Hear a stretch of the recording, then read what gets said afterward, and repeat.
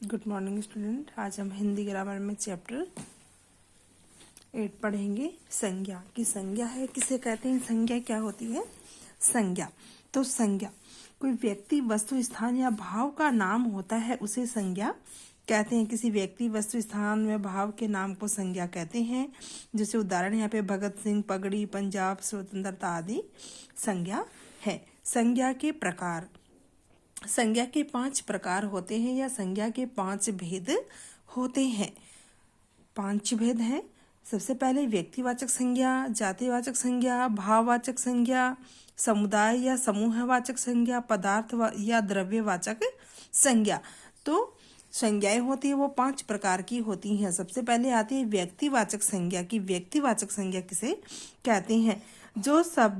जो संज्ञा शब्द किसी विशेष व्यक्ति, वस्तु या स्थान के नाम का बोध कराते हैं, वो व्यक्तिवाचक संज्ञा कहलाते हैं। यानी वो संज्ञा शब्द जो किसी विशेष व्यक्ति या वस्तु, स्थान या स्थान के नाम का बोध कराते हैं, वो व्यक्तिवाचक संज्ञा कहलाती है। जैसे तुलसीदास, कोलकाता, इलाहाबाद, तो ये सब क्या है? व्यक्तिवाचक संज्ञा, विशेष व्यक्ति, वस्तु, स्थान का नाम का बोध करवा रही हैं। नेक्स्ट आती है सेकंड, जातिवाचक संज्ञा।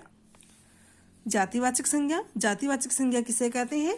ये जातिवाचक संज्ञा वो होती है जो हमें किसी विशेष, जो हमें एक ही प्रकार की जाति का बोध करवाते हैं, वो जातिवाचक संज्ञा कहलाती है। इसकी परिभाषा, जो संज्ञा शब्द एक ही विशेष प्रकार के या एक जैसे व्यक्तियों, प्राणियों, वस्तुओं या स्थानों के नाम का, स्थानों का बोध कराते हैं, स्थानों की जाति का बोध कराते हैं, वो जातिवाचक संज्ञा कहलाती है।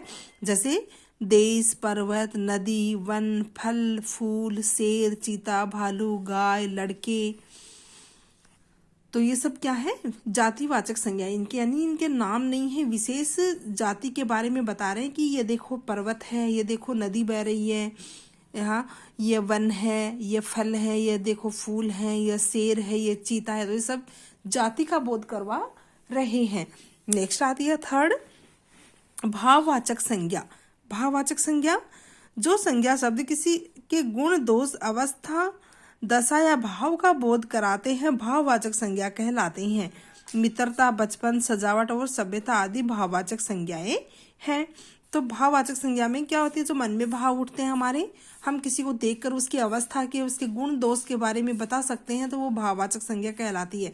जैसे शत्रुता, मित्रता, बचपन, जवानी, बुढ़ापा, शीतलता, सौम्यता, सभ्यता, सजावट, कड़वा, मीठा, ठंडा, गर्म, तो क्या है? हम सबके बारे में इनको देखकर हम इनके भाव के बारे में, इनके गुण दोषों के बारे में हम बता सकते हैं, तो भाववाचक संज्ञा कहलाती है। नेक्स्ट आती है फोर्थ नंबर, समुदाय या समूहवाचक संज्ञा। जिन संज्ञा शब्दों से प्राणियों या वस्तुओं के समूह या समुदाय का बोध होता है, उन्हें समुदायवाचक संज्ञा कहते हैं, समूहवाचक संज्ञा कहते हैं। ये वे संज्ञा शब्द होते हैं जो प्राणी या वस्तु होते हैं, उनके समूह के बारे में, उनके समुदाय के बारे में हमें पता चलता है, तो वो समुदायवाचक या समूहवाचक संज्ञा कहलाती है।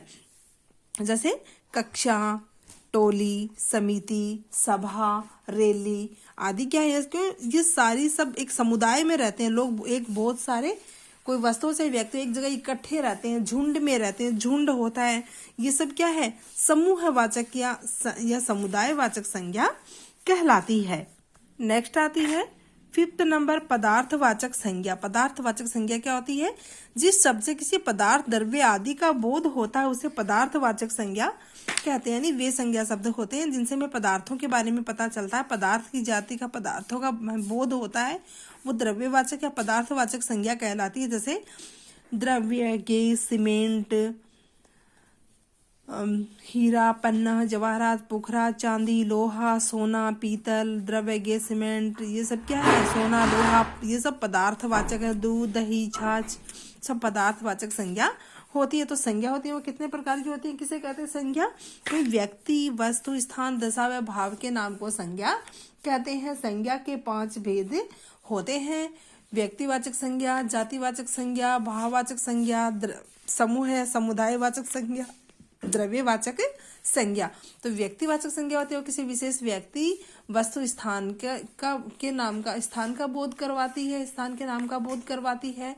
जातिवाचक संज्ञा होती है किसी विशेष जो वो व्यक्ति वस्तु होती हैं उनके जाति का बोध करवाती है। भाववाचक संज्ञा होती है वो हमें किसी के गुण दोष के बारे में बताती है, तो वो भाववाचक संज्ञा होती है। और द्रव्यवाचक या पदार्थवाचक समूह या समुदायवाचक संज्ञा वो होती है जो जिसमें हमें किसी सभा, टोली, झुंड का पता चलता, समुदाय का बोध होता है, वो समुदायवाचक या समूहवाचक संज्ञा कहलाती है। नेक्स्ट आती है पदार्थवाचक संज्ञा। तो पदार्थवाचक संज्ञा होती है वो हमें जिन द्रव्य या पदार्थ होते हैं उनका बोध होता है, जैसे सोना, चांदी, लोहा, जितने भी पदार्थ होते हैं, खनिज पदार्थ होते हैं, उनका बोध होता है। तो यह संज्ञा की, आपको संज्ञा की परिभाषा लर्न करनी है। इसके कितने भेद होते हैं? 5 भेद होते हैं। 5 भेद आपको लर्न करने हैं।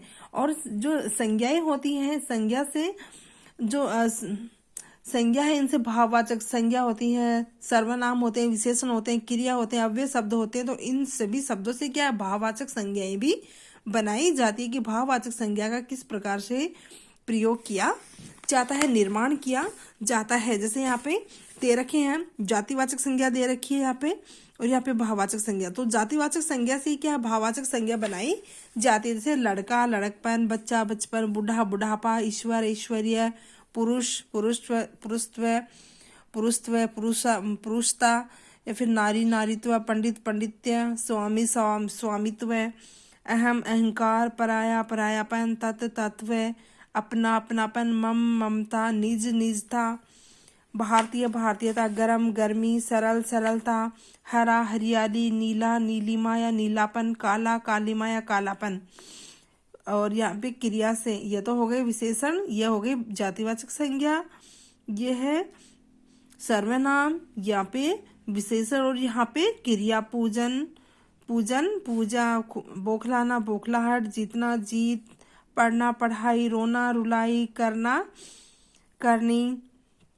यहाँ पे अव्यय से धिक्कार, सदृश्य, सादृश्य, समीप, समीपता, निकट, निकटता, मना, मनाही, वाह, वाह। तो ये क्या है, भाववाचक संज्ञा बनाना है, यानी कि ये जातिवाचक संज्ञा, सर्वनाम, विशेषण, क्रिया, अव्यय शब्द से भाववाचक संज्ञाएं बनाई जाती हैं।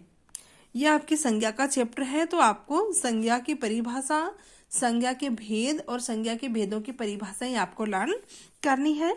धन्यवाद।